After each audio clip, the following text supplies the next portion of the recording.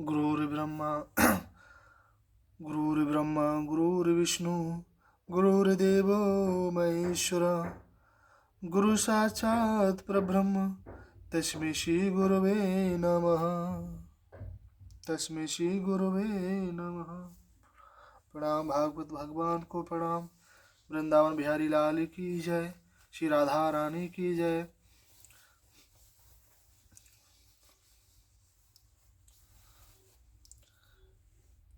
23वां अध्याय। करदम मुनि का देवहूति के साथ विहार तथा 9 कन्याओं की उत्पत्ति। दोहा।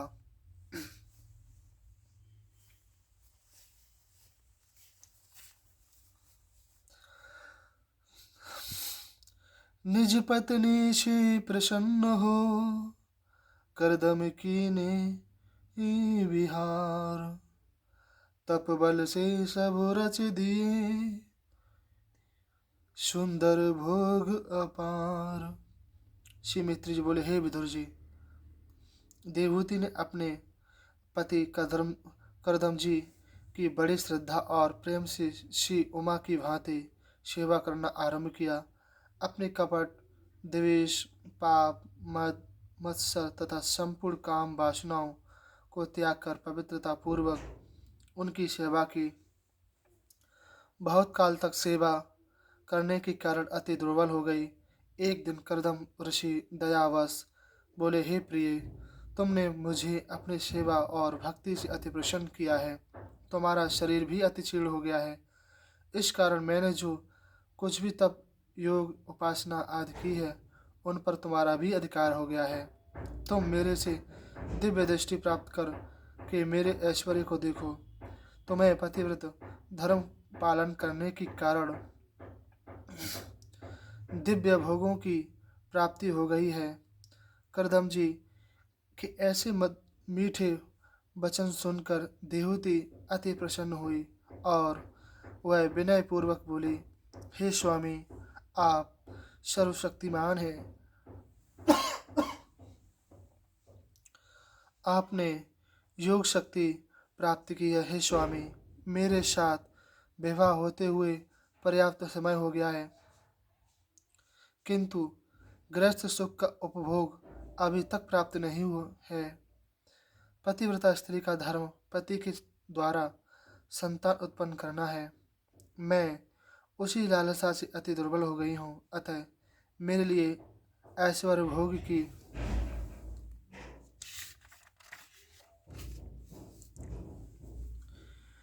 संपूर्ण सामग्री एकत्रित कीजिए। एक सुंदर भवन निर्माण कीजिए जिसमें अनेक प्रकार की ऐश्वर्य की सामग्री प्रस्तुत हो। श्री मित्र जी बोले, हे विदुर जी,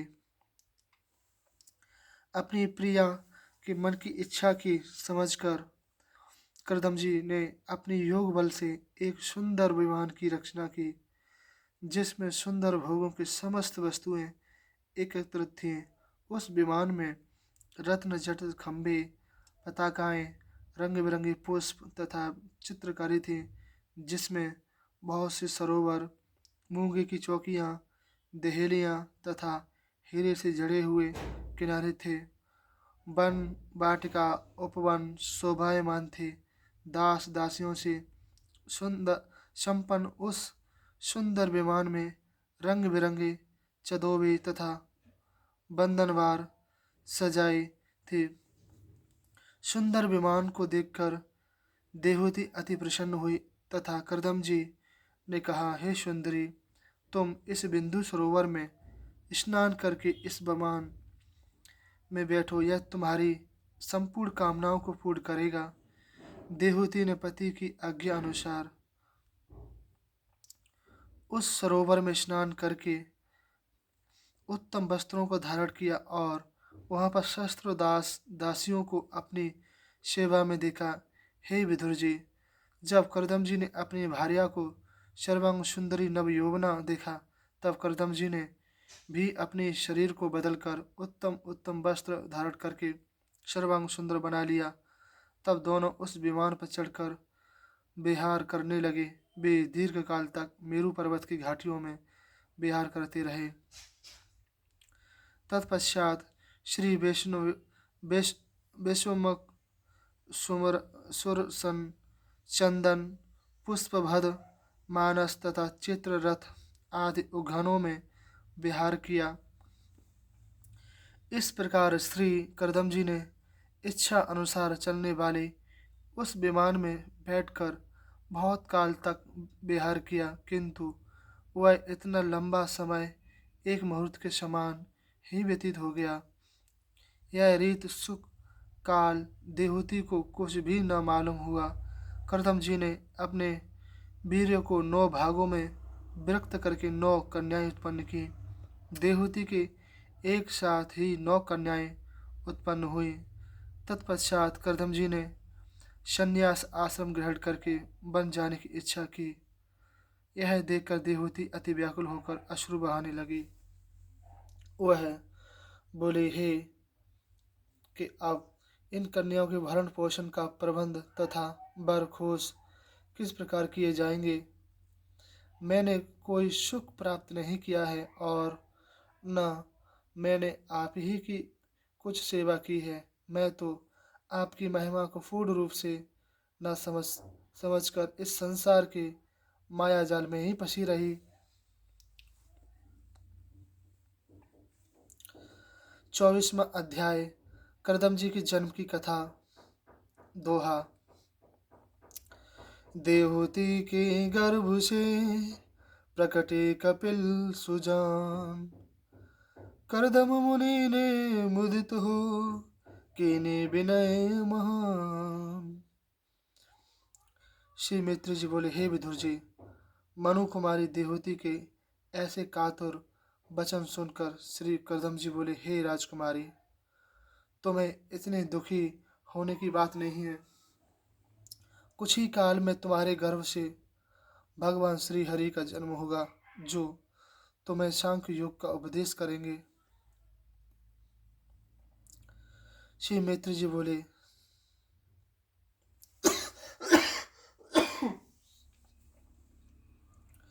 हे विदुर जी, प्रजापति करदम जी के इस प्रकार समझाने पर देहूति का दुख दूर हो गया और भगवान श्री पुरुषोत्तम की आराधना करने लगे। कुछ काल पश्चात करदम जी के वीर्य से देहूति के गर्भ में भगवान ने अवतार ग्रहण किया। जिस प्रकार काष्ठ से अग्नि उत्पन्न होती है, उसी प्रकार देहूति के गर्भ से हरि का जन्म हुआ। उस काल देवता लोग आनंदमग्न होकर पुष्पों की वृष्टि करने लगे। गंधर्व अप्सरा नाच गान करने लगे। चारों दिशाओं में आनंद छा गया। उसी समय सरस्वती नदी के तट पर करदम जी के आश्रम पर मरीच आदि पुत्रों सहित प्रजापति ब्रह्मा जी पधारे। ब्रह्मा जी को यह विदित हो गया था कि देवती के गर्भ से करदम जी के घर भगवान ने अवतार ले लिया है। श्री ब्रह्मा जी करदम जी से बोले, हे तपोधन, तुमने मेरी आज्ञा का पालन करके मेरा मान रखा है। तुमने सहस्त्र वर्ष तक निष्कपट भाव से भगवान की आराधना की है। इसी तप के बल से स्वयं आदि पुरुष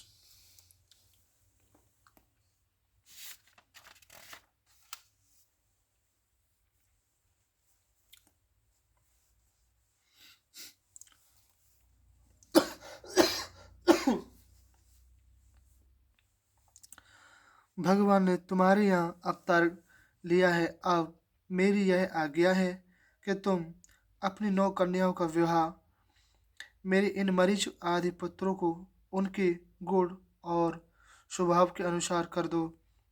इससे तुम्हें भी यश की प्राप्ति होगी और संसार का भला होगा।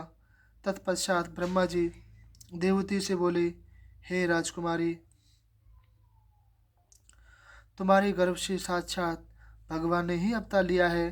वे तुम्हारी अज्ञान रूपी मोह को अपने ज्ञान से नष्ट करके कीर्ति का विस्तार करेंगे तब तथा संपूर्ण जगत में कपिल नाम से प्रसिद्ध होंगे। श्री मित्र जी बोले, हे विदुर जी, जगत पिता ब्रह्मा जी श्री करदम जी तथा देहूति को समझाकर अपने पुत्रों को वहीं छोड़कर अपने लोक को चले गए। करदम जी ने उनके स्वभाव और गुणों के अनुसार ब्रह्मा जी की आज्ञा मानकर मरीच आदि ब्रह्मर्षियों के साथ अपनी पुत्रियों का विवाह कर दिया।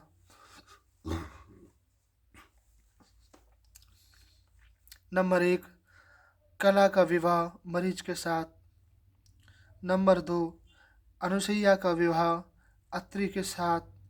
नंबर 3, श्रद्धा का अंगिरा के साथ। नंबर 4, हबिरहू का पुलस्त्य के साथ। नंबर 5, गति का पुलय के साथ। नंबर 6, क्रिया का क्रतु के साथ। नंबर 7, ख्याति का विवाह भृगु के साथ।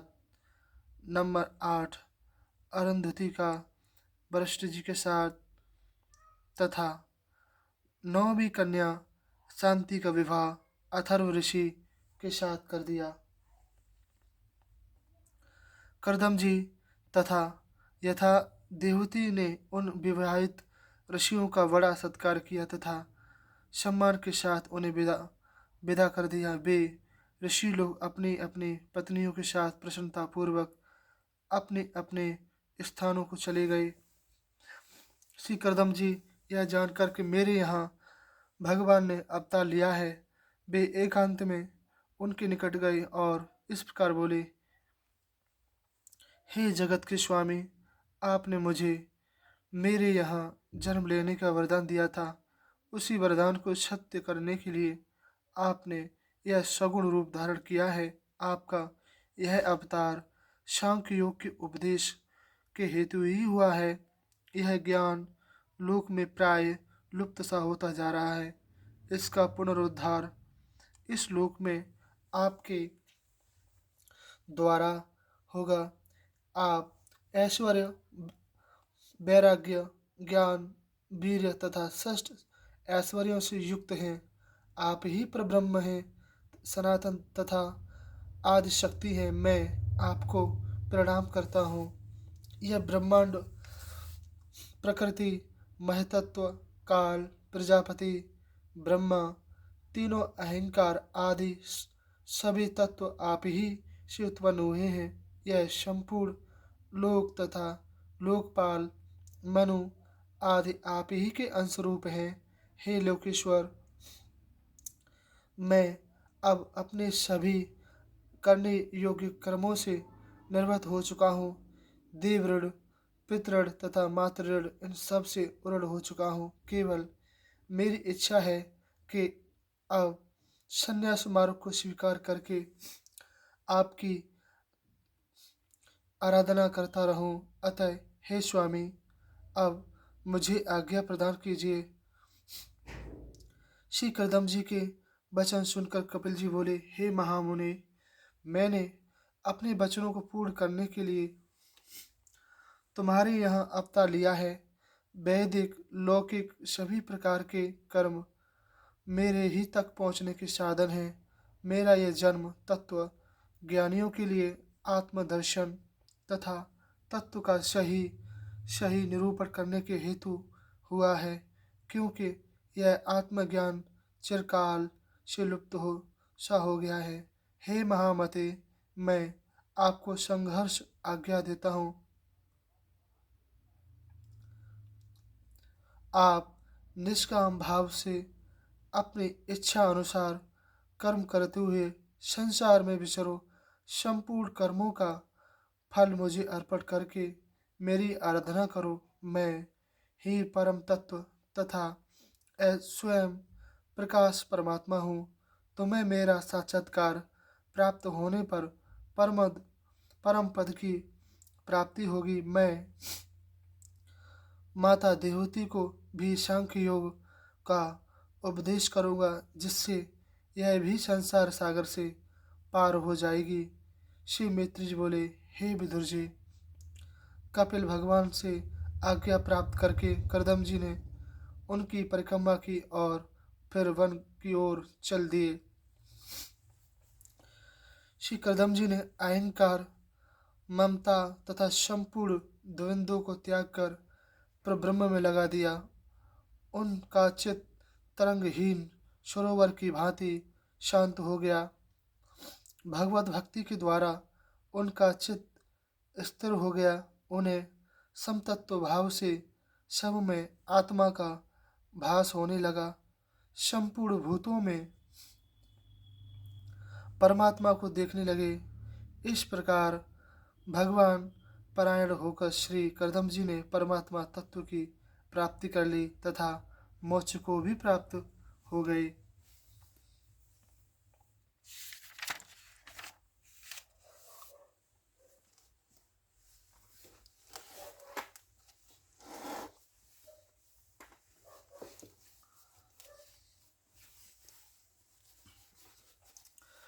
पच्चीसवां अध्याय।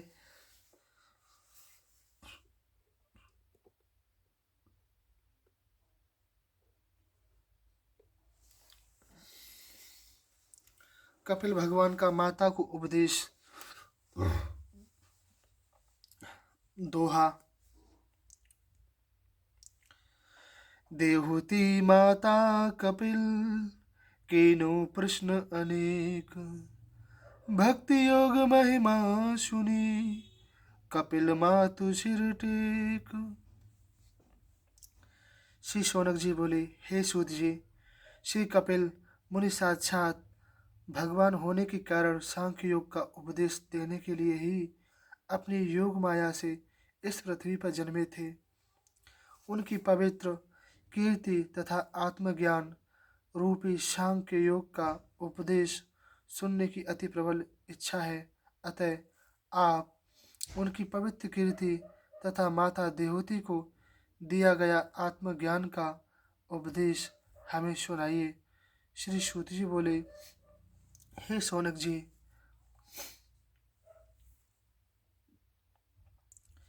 ऐसा ही प्रश्न श्री विदुर जी ने भगवान मित्र जी से किया था।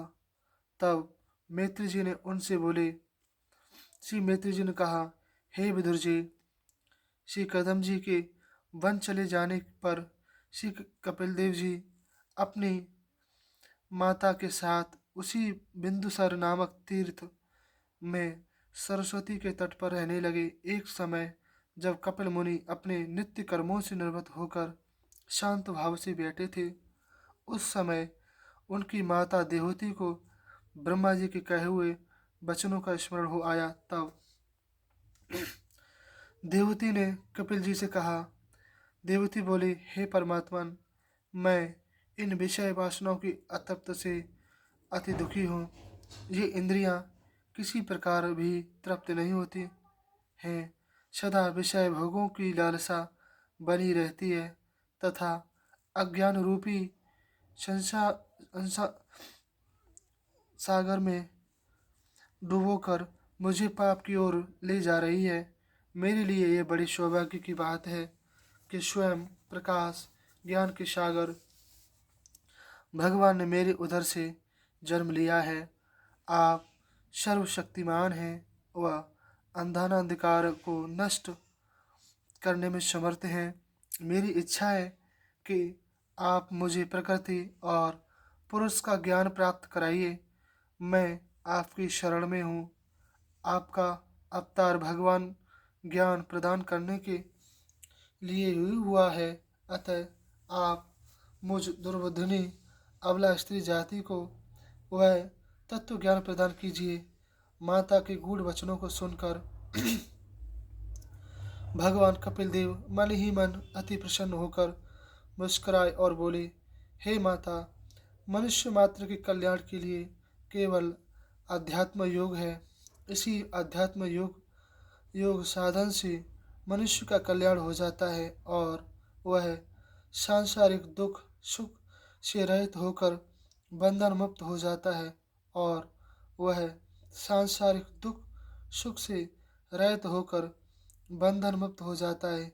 हे माता, उसी योग साधन को मैंने पूर्व काल में नारदादि मुनियों से कहा था, उसे ही तुम्हारे सामने वर्णन करता हूँ। हे माता, तुम्हारे संपूर्ण इंद्रियों का स्वामी यह मन है। यह मन ही जीव को बंधन तथा मोक्ष की ओर ले जाता है। विषयों में मन की आसक्ति होने पर जीव को बंधन प्राप्त कराता है तथा परमात्मा में इन मन की आसक्ति होने पर जीव को मोक्ष प्राप्त कराता है। जिस समय यह मन अपनेपन तथा मैं मेरेपन से अलग होकर कामादि दोषों से मुक्त हो जाता है, उस समय वह शुद्ध सात्विकी अवस्था को प्राप्त कर लेता है। तब उस काल यह जीव भगवत भक्ति में लीन होकर ज्ञान तथा वैराग्य के द्वारा अपने को प्रकृति से परे स्वयं प्रकाश अखंड आत्मा रूप सुख दुखादि से मुक्त समभाव में अनुभव करता है और प्रकृति को नाशवान देखता है। ज्ञानी पुरुष आसक्त को ही आत्मा का बंधन कहते हैं, किंतु यदि वही आसक्ति भगवत जनों में होती है तो वह मोक्ष का कारण बन जाती है। हे माता, जो प्राणी समस्त भाव से सबको एक सा अनुभव करते हैं, शांत तथा सीधे स्वभाव से रहते हैं, जो किसी से शत्रुता अथवा मित्रता नहीं रखते हैं, सदा मेरे में लीन रहकर सर्वस्व त्याग कर मेरे अतिरिक्त मेरे अप मेरे अर्पित कर देते हैं, मेरी पवित्र कीर्ति तथा कथा तथा यश गायन को स्वयं करते हैं तथा दूसरों से कहते हैं, उन्हें संसार जनित ताप कभी कष्ट नहीं दे सकते। उन महापुरुषों के सत्संग से मेरी उत्तम कथाओं का अमृत प्राप्त होता है, जिसके द्वारा भक्ति योग की उपलब्धि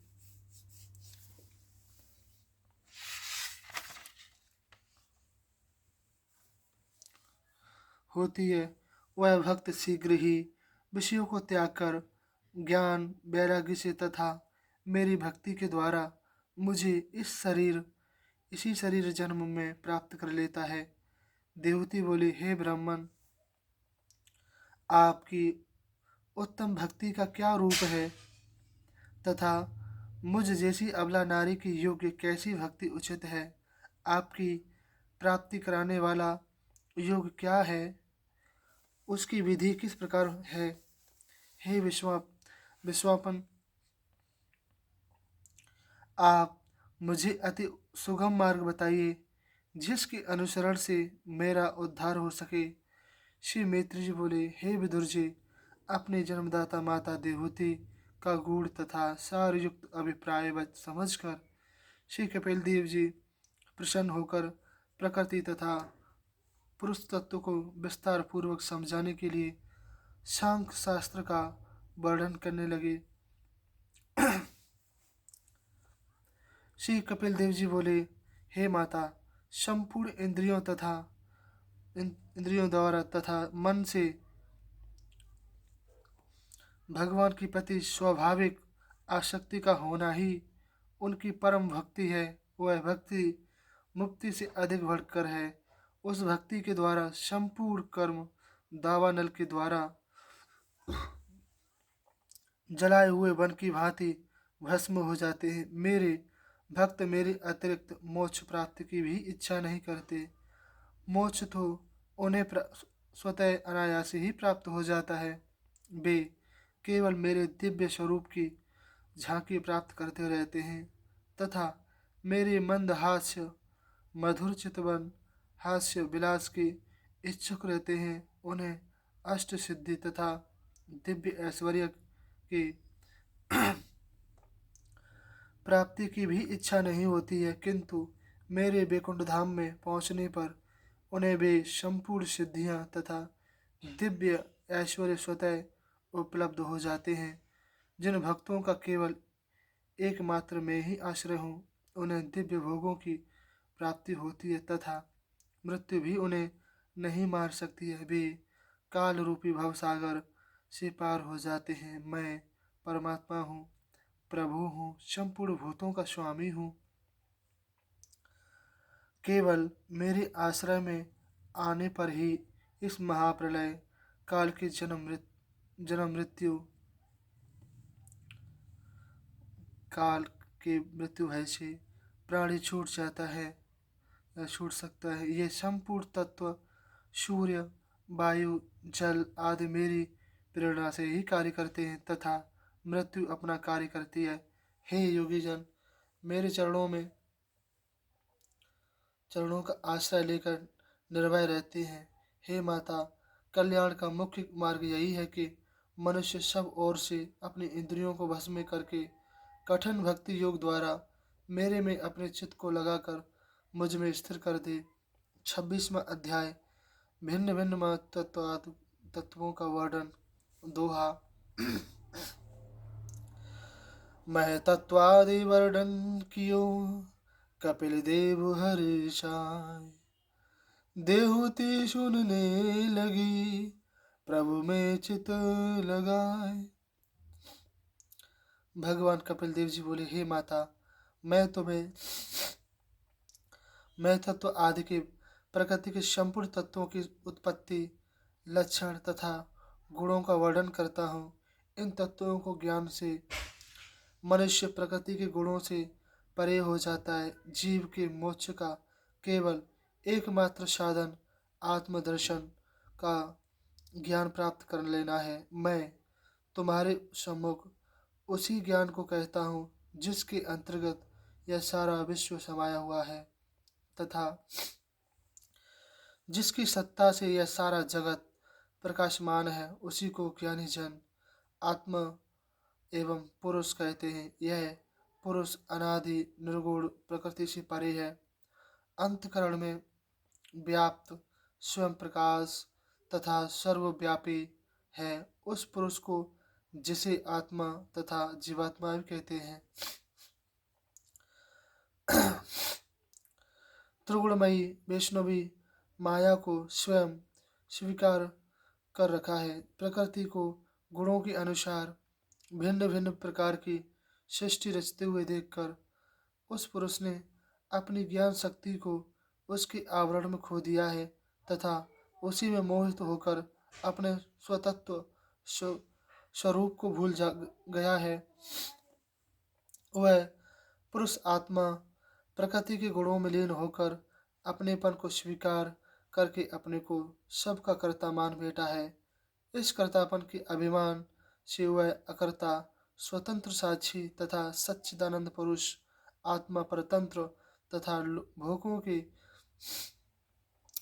विषय में फंसकर कर्म बंधन युक्त हो जाता है तथा जन्म मृत्यु के चक्कर में फंस जाता है। उस पुरुष के आत्मत कार्य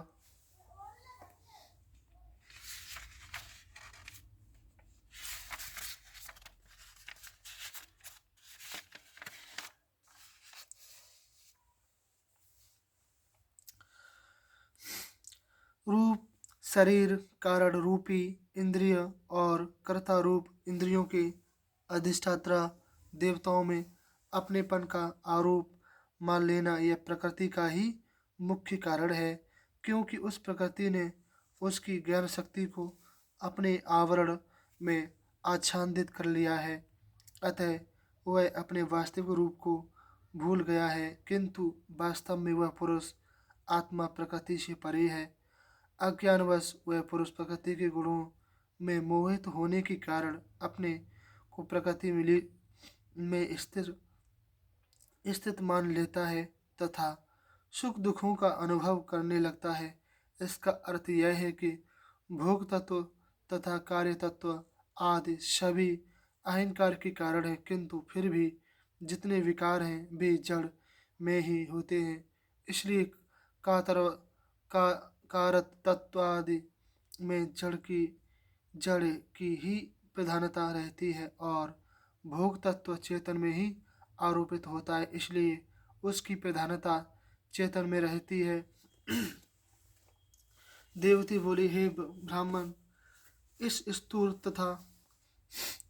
तथा सूक्ष्म जगत को उत्पन्न करने वाली प्रकृति तथा पुरुष आत्मा के क्या लक्षण हैं, उनका वर्णन आप मुझसे करिए।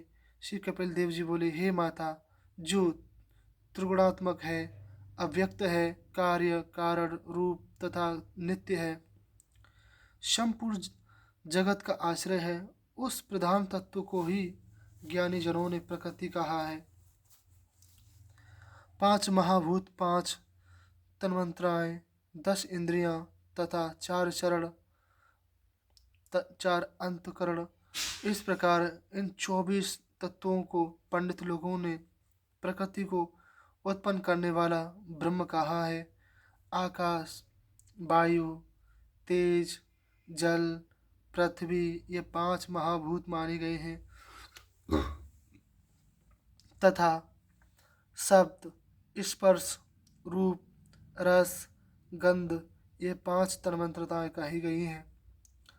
कान, त्वचा, नेत्र, जिह्वा, नाक, मुख, हाथ, पैर, लिंग, गुदा, यह 10 इंद्रियां मानी गई हैं। और मन, बुद्धि, चित्त तथा अहंकार, ये 4 अंतकरण के रूप हैं। संकल्प, निश्चय, चिंता तथा अभिमान, ये 4 वृत्तियों के गुण हैं तथा तत्वज्ञानी पुरुषों ने इन 24 तत्वों का ही निरूपण किया है। 25वां तत्व चेतन शक्ति रूप परमात्मा है, जो प्राणियों के भीतर जीव रूप से तथा बाहर काल रूप से समाया हुआ है। जब आदि पुरुष भगवान ने संपूर्ण प्राणियों के उत्पत्ति स्थान रूपी अपनी माया में चेतन शक्ति रूपी अपने वीर्य को प्रविष्ट किया था, तब उस वीर्य के तेज से मैं तत्व की उत्पत्ति हुई। उस मैं तत्व ने प्रलयकालीन अंधकार को भी पीकर तेज को प्रकट किया। हे माता, अब मैं तुम्हें चतुर्व्यूह की उपासना सुनाता हूँ, जो भगवान की प्राप्ति का स्थान चित्त है। उसी को ज्ञानी जन मैं तत्व कहते हैं तथा उसी चित्त में वासुदेव निवास करते हैं। इस मैं तत्व को ही आध्यात्म रूप से चित्त कहते हैं तथा अधिभूत में मैं तत्व कहते हैं। इस चित्त के अधिष्ठाता देवता भगवान वासुदेव हैं, जिन्हें क्षेत्रज्ञ भी कहते हैं। अहंकार के देवता रुद्र हैं तथा उपास्य देव शंकरशन हैं। बुद्धि के देवता ब्रह्म हैं तथा उपास्य देव प्रद्युम्न हैं। मन के देवता चंद्रमा हैं और उसके उपास्य एवं अनिरुद्ध हैं। चित्त का लक्षण स्वाभाविक अवस्था में स्वच्छ, विकार हित तथा शांतिमय होता है।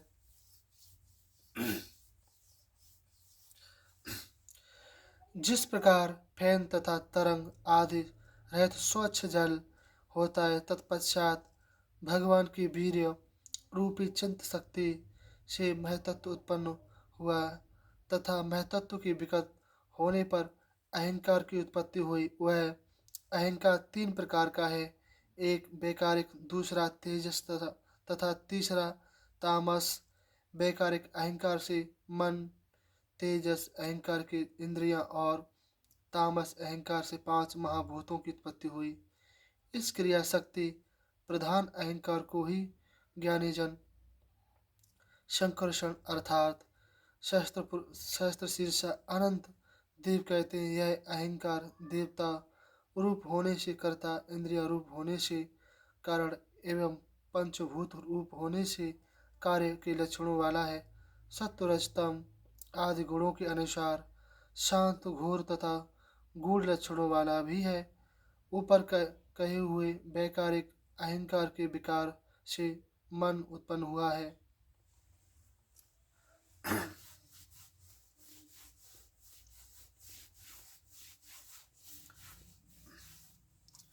जिससे संकल्प, विकल्प तथा कामनाएं उत्पन्न हुई। मन को वश में करने के लिए उसके अधिष्ठाता देवता अनिरुद्ध की आराधना करनी चाहिए। तत्पश्चात तेजस अहंकार के विकृत होने पर बुद्धि तत्व की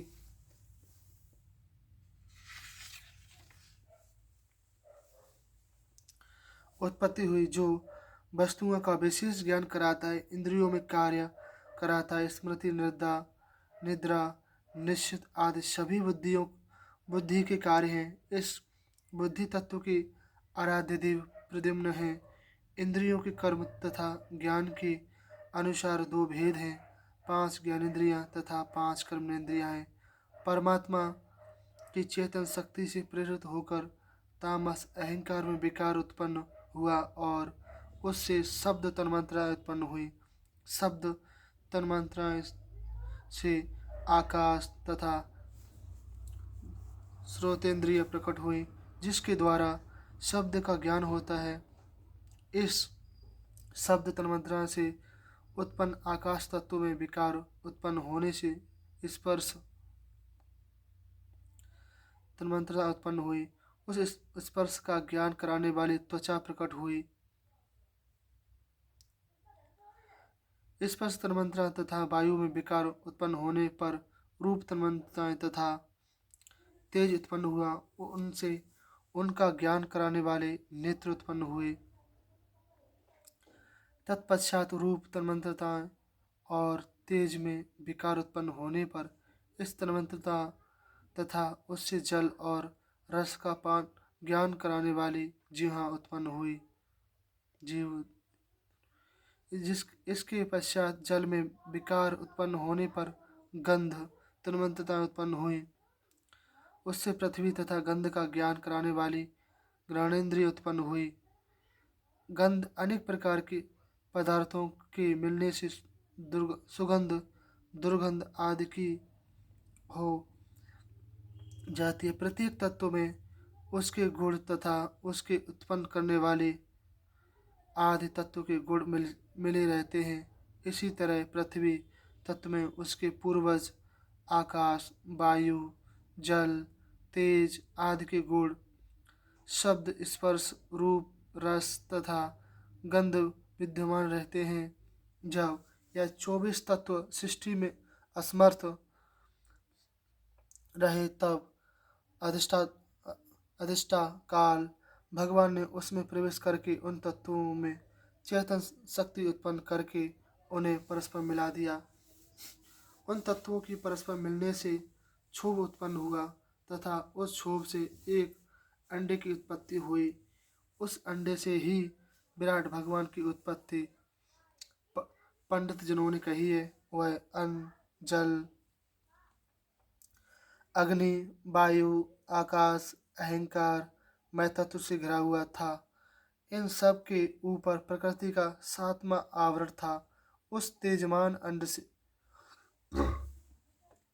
अंडे से उत्पन्न विराट भगवान के प्रथम मुख उत्पन्न हुआ।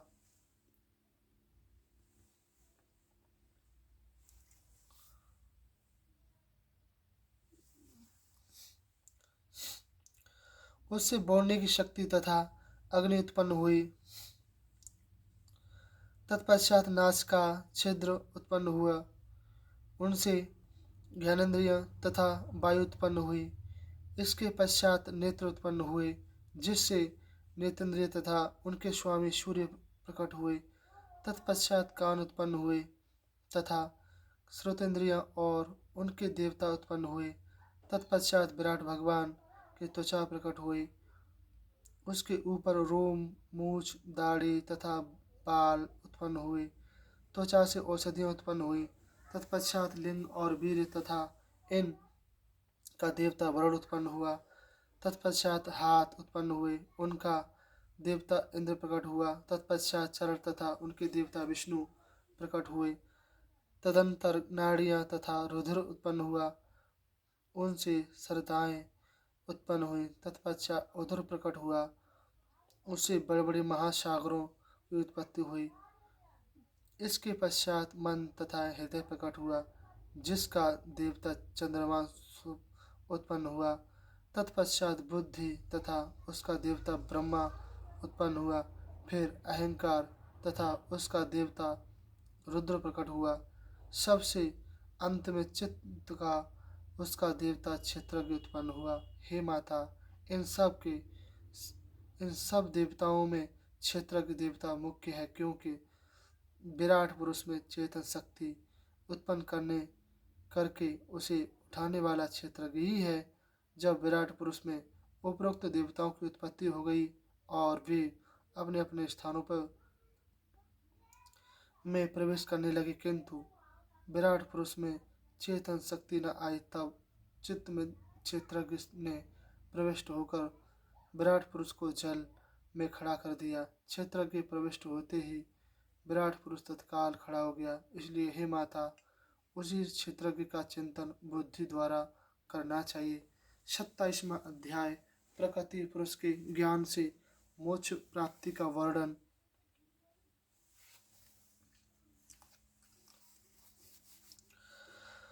दोहा।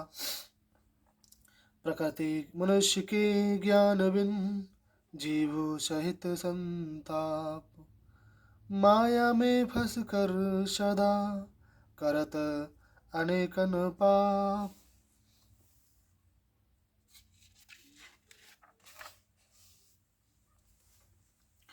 भगवान कपिल देव बोले, हे माता, जल में पड़े हुए सूर्य के प्रतिबिंब का संबंध जल के शीतल, चंचल, उष्ण आदि गुणों से जिस प्रकार नहीं होता, उसी तरह इस प्रकृति से निर्मित शरीर में व्याप्त रहने वाली आत्मा का भी उस शरीर से कोई संबंध नहीं होता है और शरीर जनित सुख दुखादि वह लिप्त नहीं होता है, क्योंकि वह आत्मा निर्विकार, अकर्ता तथा निगुण है। किंतु जब वह अज्ञान के कारण प्रकृति के गुणों से संबंध जोड़ लेता है, तब अहंकार के गुण, मन, इंद्रियां तथा शरीर में मोहित होकर अपने को कर्ता मान बैठता है। उस कर्तापन अभिमान के कारण देह से उत्पन्न पाप तथा पुण्य के कर्म बंधनों में बंध कर अपनी शांति तथा स्वतंत्रता को नष्ट कर बैठता है।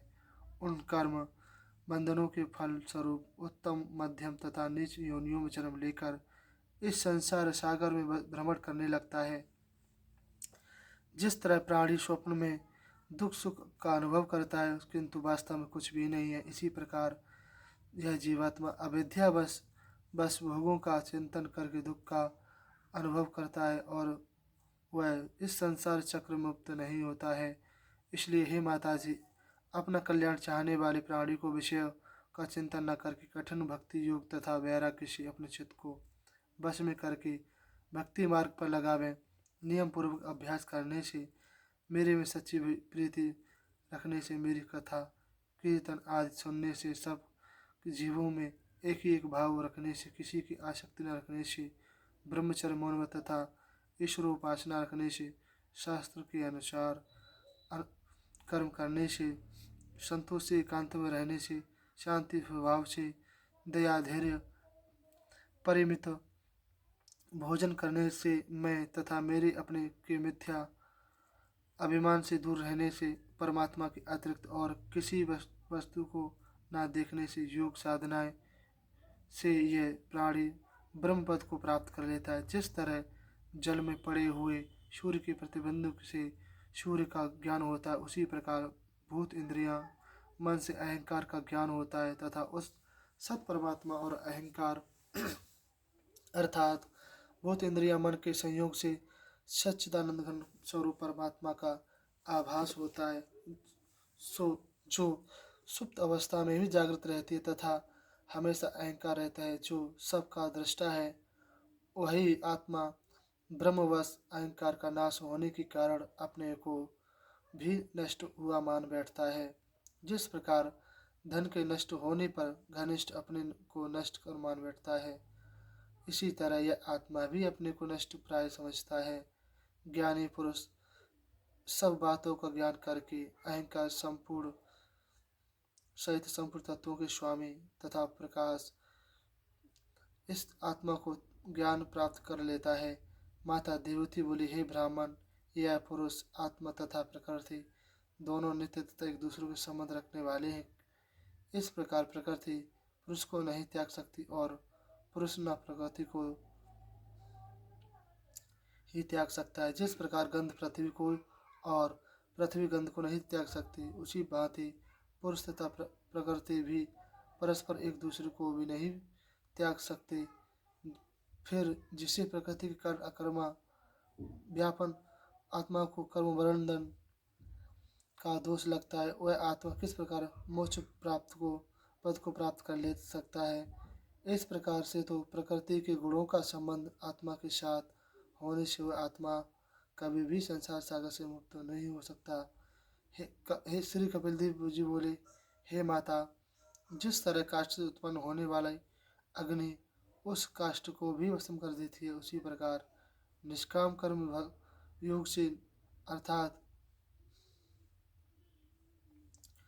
फलों की इच्छा न करके संपूर्ण कर्म भगवान के अर्पण कर देने से, मेरी कथा श्रवण से, भक्ति से, ज्ञान तत्व ज्ञान से, तीव्र वैराग्य से, मेरे ध्यान योग से, चित्त की एकाग्रता से उस पुरुष आत्मा का अज्ञान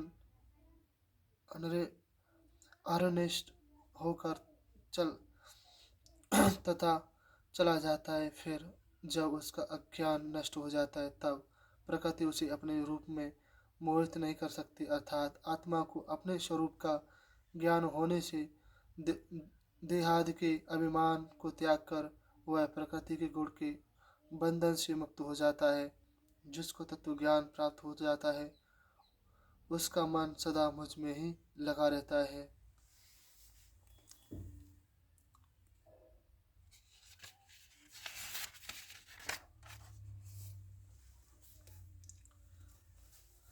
तथा प्रकृति उसका कुछ भी नहीं बिगाड़ सकती।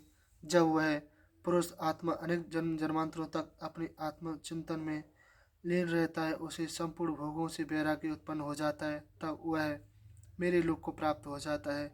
यदि वह योगी अणिमा सिद्धियां के चक्कर में नहीं फंसता है तो वह मेरे परम पद को प्राप्त होने के कारण मृत्यु को भी जीत लेता है।